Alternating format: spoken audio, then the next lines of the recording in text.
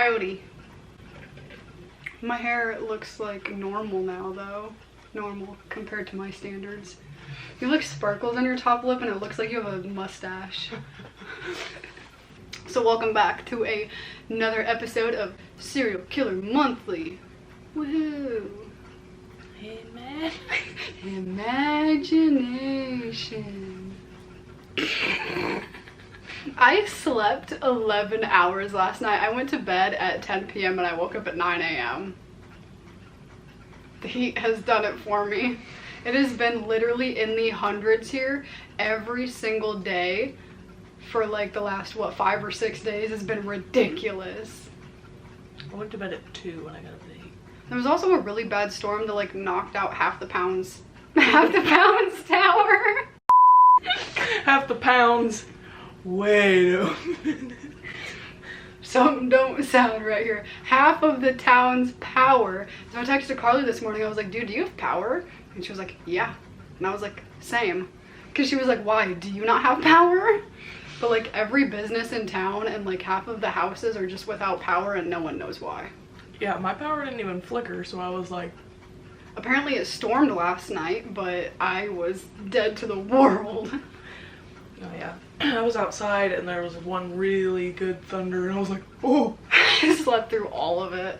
I am notoriously the heaviest sleeper in my family. Like I have slept through tornadoes. I have slept through my neighbor dying over there. Like fire trucks and ambulances were like super loud and I slept through it all. I've just slept through it all. I slept through the vacuum cleaner, just everything. Anyway, I have absolutely no segue for the beginning of this video like I did with the last one. I look shorter than you. Because I'm trying to sit up straight. We're the same height. We are. But we just slouch all the time. This serial killer, as you can tell by the title, is David Berkowitz. Also known as the son of Sam. My wrist popped. Also, viewer discretion is advised in this. Where if you're sensitive to topics like murder, you should go watch a different video. I thought that me sleeping a lot would make my brain work better, but it has not. So the early life of David Berkowitz. He was born as Richard David Falco on June 1st, 1953 in Brooklyn, New York. His mom was Elizabeth Broder, but they called her Betty for short. A few days after he was born, his mom ended up putting him up for adoption. She had been dating a married man named Joseph Kleinman, who is the biological father. They ended up splitting up right before David was born, and they were together for about 3 years. Nobody knows the exact reason why Elizabeth gave him up. Some think that Kleinman told her that if she didn't put him up for adoption, that he was going to leave her because he wasn't married to her, and he was also married to another woman. So that's kind of icky. That's not right. Don't do that, okay? Some think that since he was married to another woman and Elizabeth was going to give him the last name Kleinman, that he was like, if you don't put this kid up for adoption, I'm leaving you. And so she obviously didn't want to be left, so she did what he said. But this is also in the time period where if you had a child out of marriage, it was very looked down upon. So we're back in that time zone. My voice is like really off today and I don't know why. She grew up in an impoverished Jewish family and she worked as a waitress. So I'm not really sure about the Jewish tradition of marriage and kids, but I'm assuming it's close to the same. Pearl and Nathan Berkowitz ended up adopting Richard as an infant. They lived in the Bronx and they were a middle-aged Jewish American couple who didn't have any children. They switched his first and middle names and gave him their last name. So his name is David Richard Berkowitz now. From a young age, David showed signs of violent behavior. He had above average intelligence and did really, really good in school, but at a young age, he just lost interest completely. And you know, like when they say you're too smart for your own good, And then like in school, like that's why they'll have some skip a grade so they can like keep being, They get bored. yeah, they'll get bored. And so I wonder if that's what happened, is if he just was, he already knew everything and he wasn't being challenged anymore, so he was just like, well, I'm gonna find something else to do now. No one's intelligence is getting challenged when we're around. Their sanity is getting tested. David was fascinated with petty larceny and arson. He suffered many head injuries as a child, but like when I looked stuff up about it, I couldn't figure out like why. Like, was somebody beating him up, or was he just falling down on his own? Because that's what happened to me a lot. Neighbors said he was difficult, spoiled, and a bully. Pearl and Nathan went to at least one psychotherapist to see about his issues. This has never been confirmed or denied that this actually happened, but I kept seeing it on like every website that I went to, so I think it's true. You think it's true? Probably. His rebellion never ended up in legal trouble or him being punished in school or anything like that. At the age of 14, Pearl ended up dying of breast cancer, and this is where like things really started changing with David. Nathan ended up getting married to his second wife, and David and her just never really had a good relationship, and it caused so much tension in the house. Like, things were always just off. In 1971, at 18 years old, he graduated high school and he joined the U.S. Army. He served at Fort Knox and with an infantry division in South Korea. In 1974, he was dishonorably discharged, which means you did something to get kicked out. But I don't know what he did to be dishonorably discharged. Did you find anything? Because I didn't. I don't know if that's something that the military can even discuss. I don't know. It just like mentioned it. It didn't ever go into detail. But I feel like if it was something like truly bad, they would have said something. Like, they would have specified. It could have just been like, no, like him not doing what he was supposed to. Or something. He then decided to go and find his birth mother, Elizabeth. Oh yeah. Betty. Wasn't her name Betty? It was Elizabeth, but they called her Betty. So we're not calling her Betty. I just said Elizabeth. You can call her Betty, I don't care. Everyone's gonna be like, huh? He visited her a few times and she told him the true story of his birth and that his dad was dead. Now this was very impactful. Which is weird. Like, I understand, but like it's weird that that made him fly off the handle. Yeah, his dad like, was dead. Like, he's never met his dad. He never knew his mom. I don't know, maybe it had something to do with the fact that his adopted mom died of breast cancer, and then like he wanted to have another parental figure in his life or something. I don't know. He became greatly disturbed, and a forensic anthropologist said him discovering the details of his birth was the primary crisis of his life, and it shattered his sense of identity. I don't know, maybe he just wanted to like look at his dad once. Or maybe he was like tired of his life and he's like, I'm gonna go back to these guys and start over. And then he was like, panic.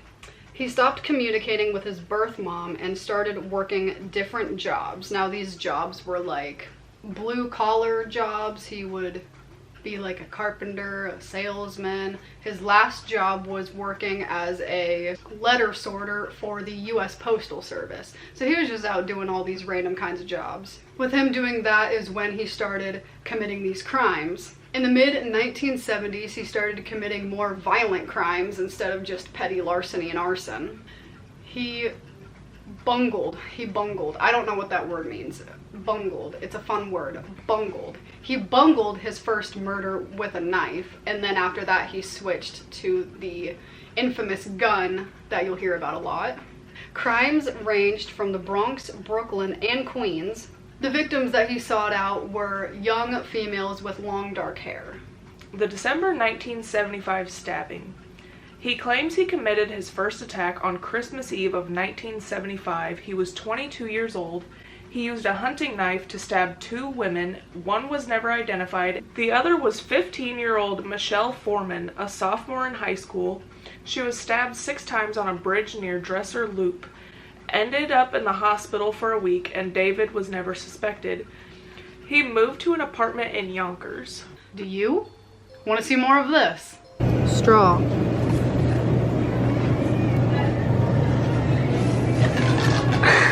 Right in the eye.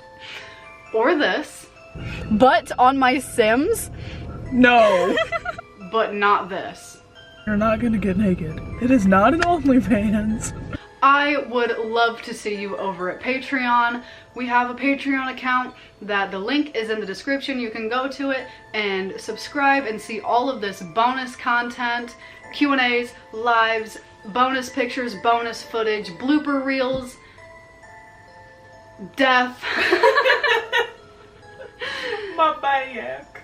All of that and more. So if you want to get to know us on more of a personal level, I don't know why you would, because we're kind of chaotic, but starting at $3 a month, you can come and support us. The support helps us with things like buying new equipment, going out and making more content for you guys. So the support is very much appreciated, and I thank all of you who have or are going to subscribe, and I look forward to seeing you over there. Yeah.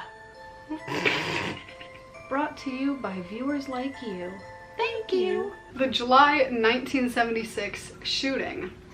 On July 29th, 1976, around 1:10 a.m. in Pelham Bay, Donna Loria and her friend Jody Valenti were sitting in Jody's car talking.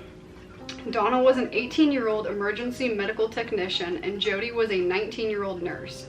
Donna opened the door and saw a man quickly approaching. She was startled and said, "Now what is this?" as the man pulled a gun from a paper bag and crouched down. Donna was shot by one bullet, killing her instantly. Jody was shot in the thigh, and a third bullet missed both of them. Jody told police she didn't recognize the killer, a white male in his 30s, fair complected, around 5'8", 200 pounds with dark short hair. Individuals in the neighborhood stated that a yellow car had been driving around at night. Police determined the gun used was a .44 caliber Bulldog revolver.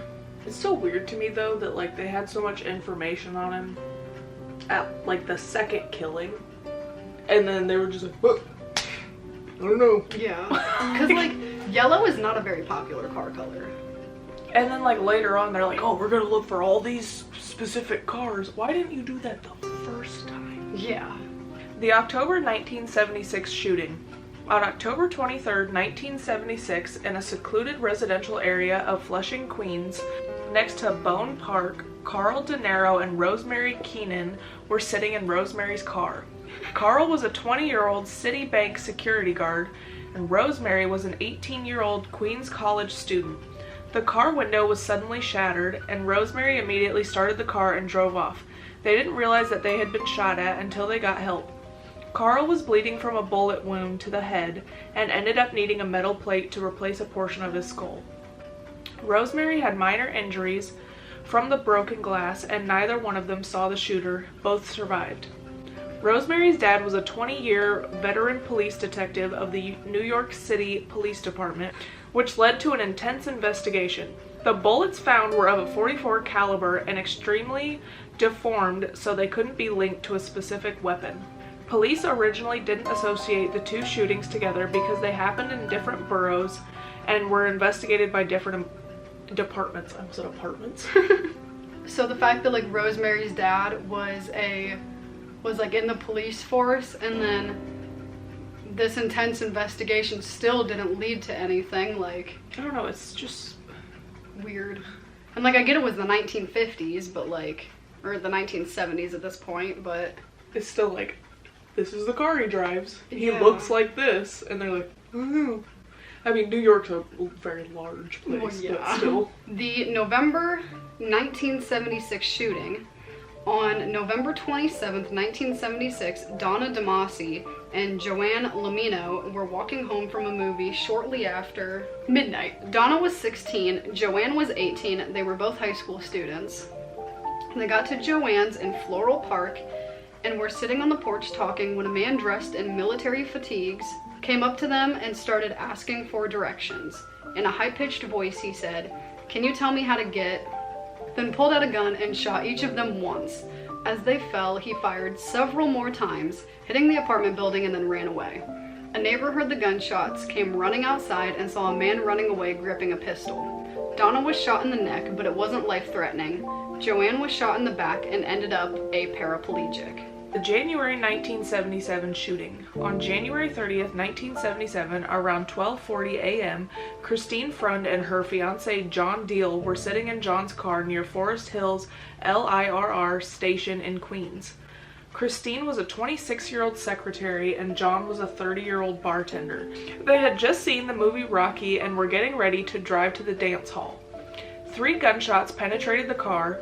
John panicked and immediately drove away for help. John had minor injuries and Christine died hours later at the hospital. Neither of them saw the shooter, and police said there may be a link between the other shootings. NYPD officials said at the time they were looking for multiple suspects. The March 1977 shooting. On March 8th, 1977, around 7:30 p.m., Virginia Voskrechan was walking home from school. She was a 19-year-old Columbia University student. While walking home, she was approached by an armed man. She lived about a block away from where Christine had been shot. Trying to defend herself, she put her textbooks in front of her, but the bullet struck her in the head and killed her. Minutes later, a neighbor went outside and saw a short, husky teenage boy sprinting from the crime scene. Media coverage implied that the teenager was the perpetrator. Eventually, it was determined that he was a witness, not a suspect. So now he's getting, like, bold. Well, this whole time he's really not trying to hide it at all. Yeah, like, he just walks or runs away and... Like, I feel like he probably thought he was gonna get caught the first time because he was... Well, not the first time, but, like, the second one. Because the first time there was, like, no witnesses or whatever. After the first one, he was probably like... Hello! March 10th, 1977, a press conference was held by NYPD officials and Mayor Abraham Deem. They said the same .44 caliber Bulldog revolver had fired the shots that killed Donna Lauria, Virginia Voskrechan. Police strongly suggested that in every crime the same gun was used. The evidence was inconclusive. The New York Post and the Daily News started posting more about the shootings. Hey Jim. Hey team. Want to hear a serial killer not so fun fact? I sure do. David Berkowitz also targeted couples in cars. Berkowitz targeted couples in cars. He once stated, "The girls call me ugly and they bother me the most." Some believed he was jealous of the couples since he had a hard time attracting and dating women. That was interesting. I know. That was a very fun fact. Hey Tim. Hey Jim. Hey Jim. Hey partner. You want to hear a serial killer not so fun fact? Yes, my eye itches. Yes. So I found a thing about his head injuries. For why? I think they knew what a head injury is. You didn't have to demonstrate. His many childhood head injuries. Following in the paths of other infamous serial killers, David Berkowitz also suffered, I can't say that word, also suffered childhood head injuries. But when it came to Berkowitz, it wasn't just a single head injury he had sustained. The first occurred at age 7 when he was hit by a car. That's not funny. Oh, what the hell? The second, he later compounded that injury when he ran straight into a wall. What? And then on another occasion, he was hit in the head with a pipe. I don't know the story behind that, but he got hit by a car, and then he just decided he would just play chicken with the wall. I don't really know what was happening there. And then somebody hit him with a pipe, so... I shouldn't be laughing at him, but I also don't care because he killed people. April 1977 shooting. On April 17th, 1977, around 3 a.m., Alexander Esau and Valentina Suriani were sitting in Alexander's vehicle on the Hutchinson River Parkway service road in the Bronx. Alexander was a 20-year-old tow truck driver. Valentina was an 18-year-old college student. They were a block away from Valentina's home and only a few blocks away from the scene of the Lauria Valentini shooting. 4 shots were fired, and a neighbor heard and called the cops. Valentina was declared dead at the scene after being shot once in the head. Alexander was also shot in the head. He died at the hospital hours later. They weren't able to describe the shooter. Investigators determined they were killed by the same suspect and the same weapon was used. The Son of Sam letter. Near the bodies of Valentina and Alexander, police found a handwritten letter, written in mostly black capitals, addressed to the NYPD captain Joseph Borelli. In this letter, David identified himself as the Son of Sam for the first time. The press had been calling him the .44 caliber killer. The letter was originally withheld from the public, but some of the information was told to the press. Read the letter! I'm trying to find it. In the letter, Berkowitz taunted police for their inability to catch him. Police, let me haunt you with these words. I'll be back, I'll be back. I am the Son of Sam. I am a little brat. When Father Sam gets drunk, he gets mean. He beats his family. Sometimes he ties me up to the back of the house. Other times he locks me in the garage. Sam loves to drink blood. Go out and kill, commands Father Sam. Behind our house some rest. Mostly young, raped and slaughtered. Their blood drained, just bones now. What the fuck did I just read?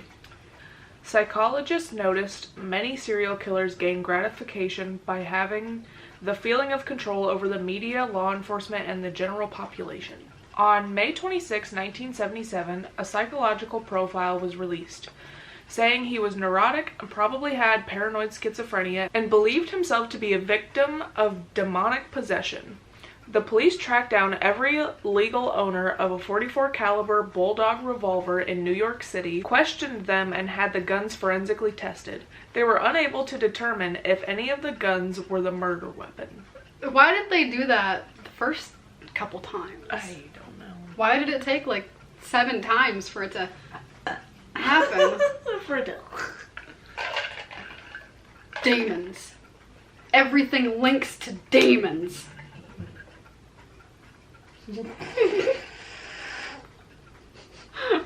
Oh, someone didn't like hearing that. And then there is the Jimmy Breslin letter. On May 30th, 1977, Jimmy Breslin got a handwritten letter from somebody who claimed to be the .44 caliber killer.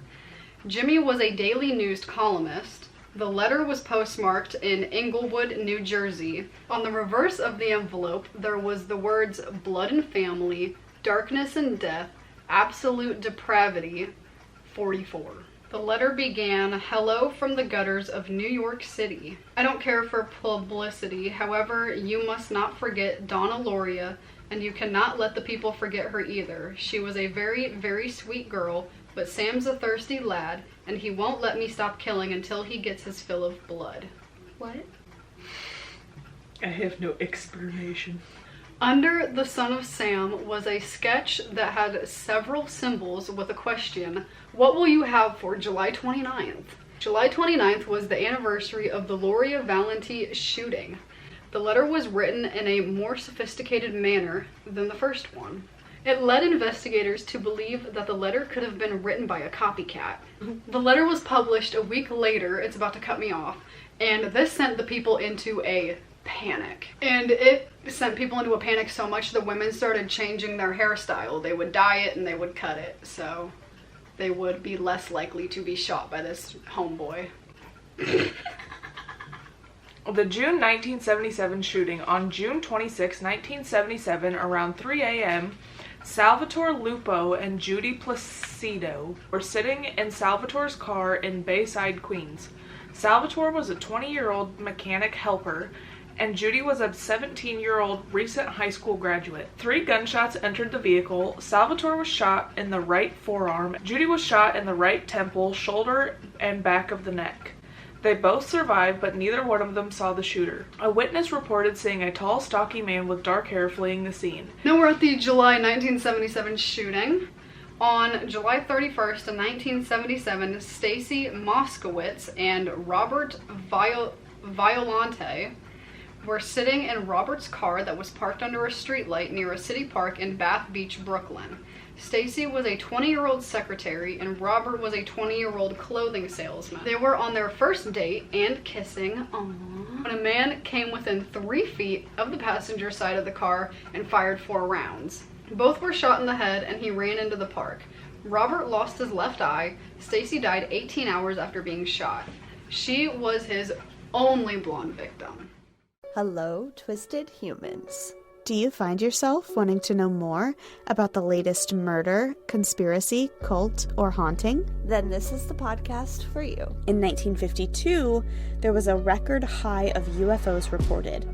1,500 sightings. There has been evidence of human sacrifice, devil worship, and it is haunted by more spirits than can be counted. A family of 2 adults and 2 kids reportedly saw a giant flying thing with glowing red eyes. And meanwhile, the family's nanny that helped Veronica to care for her and Lucian's children was found bludgeoned to death in the basement of their family home. I'm Alicia. And I'm Sierra, and this is Twisted and Uncorked. Suspicions arise. Cecilia Davis, a local resident, was walking her dog at the scene of the last shooting. A young man walked past her and was showing interest. She was nervous and noticed that he was holding a dark object. She started running to her home and heard shots behind her. For 4 days, she was silent about her experience, but ended up going to the police. They checked every car that had been ticketed that night. David's yellow 1970 Ford Galaxy was one of the cars they investigated. On August 9th, 1977, NYPD Detective James Justice called the Yonkers PD to ask them to schedule an interview with David. The Yonkers gets me every time. Yonkers. The dispatcher who took the call was Wheat Carr. She was the daughter of Sam Carr. Right when the name was mentioned, she said, "Let me tell you about him. I know him. He lives right behind me." Let me tell you about him, girlfriend. Then said he had shot their black lab Harvey and wounded him. When James heard the name Sam, he had a gut feeling that David was the killer. The 2 PDs teamed up to find David. And then we get to the next day. We get to the next day already? Yeah. On August 10th, police investigated David's car that was parked outside his apartment building at 35 Pine Street, Yonkers. They saw his gun sitting in the back seat. Searching the car, they found a duffel bag filled with ammo, maps of crime scenes, and a threatening letter addressed to Inspector Timothy Dowd of the Son of Sam Task Force. They were going to go into the apartment, but they were like, let's get a search warrant first because they didn't want to risk a violent encounter with him in a small apartment building and, you know, risk having like someone else getting hurt in the apartment building.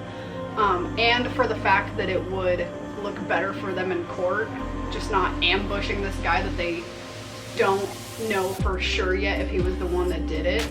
And at that point in New York, you could legally own that gun without a permit. So technically him having the car and the gun with the seat. You know, the car and the gun with the seat and the gun and the car had the seat. So the gun being in the car, in the back seat, like, it's not illegal. It wasn't illegal back then. They waited there, and David came out of his apartment at 10 p.m. And at that time, they still didn't have a search warrant. He got in the car, and Detective John Falatico went to the driver's side and pointed his gun at David's temple. Detective Sergeant William Gordea pointed his gun from the passenger side. A paper bag was found next to David containing a .44 caliber Bulldog revolver. David said, "Well, you got me," with a smile. Falatico said, "Now that I've got you, who have I got?" David said, "You know," in a soft, almost sweet voice. Falatico said, "No, I don't. You tell me." David turned his head and said, "I'm Sam." Falatico said, "You're Sam? Sam who?" David said, "Sam, David Berkowitz." And it was all over from there. In a sweet voice, "You know." That is flirting.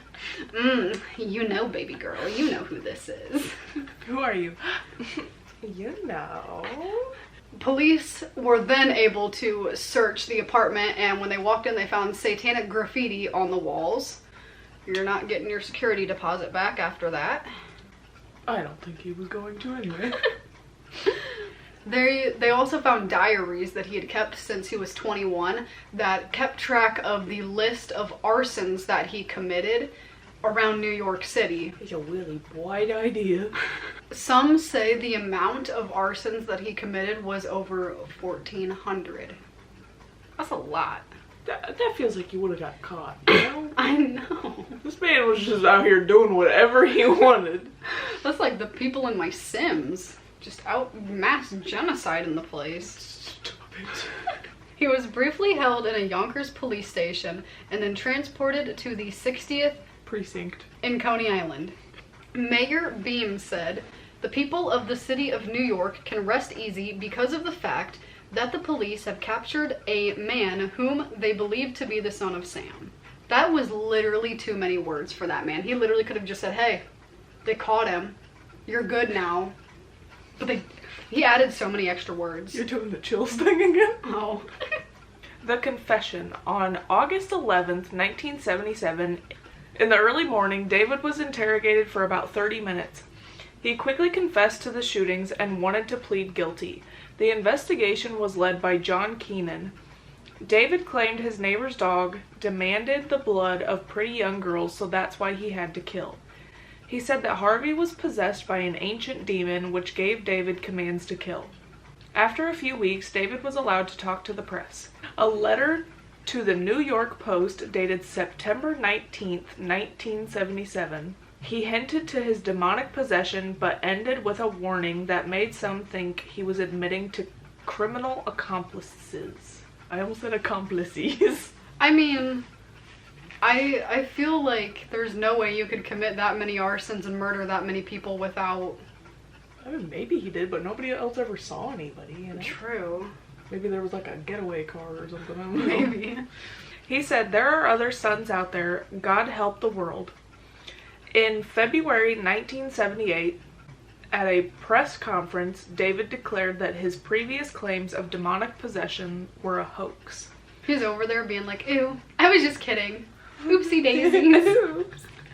I was just being a silly little goose."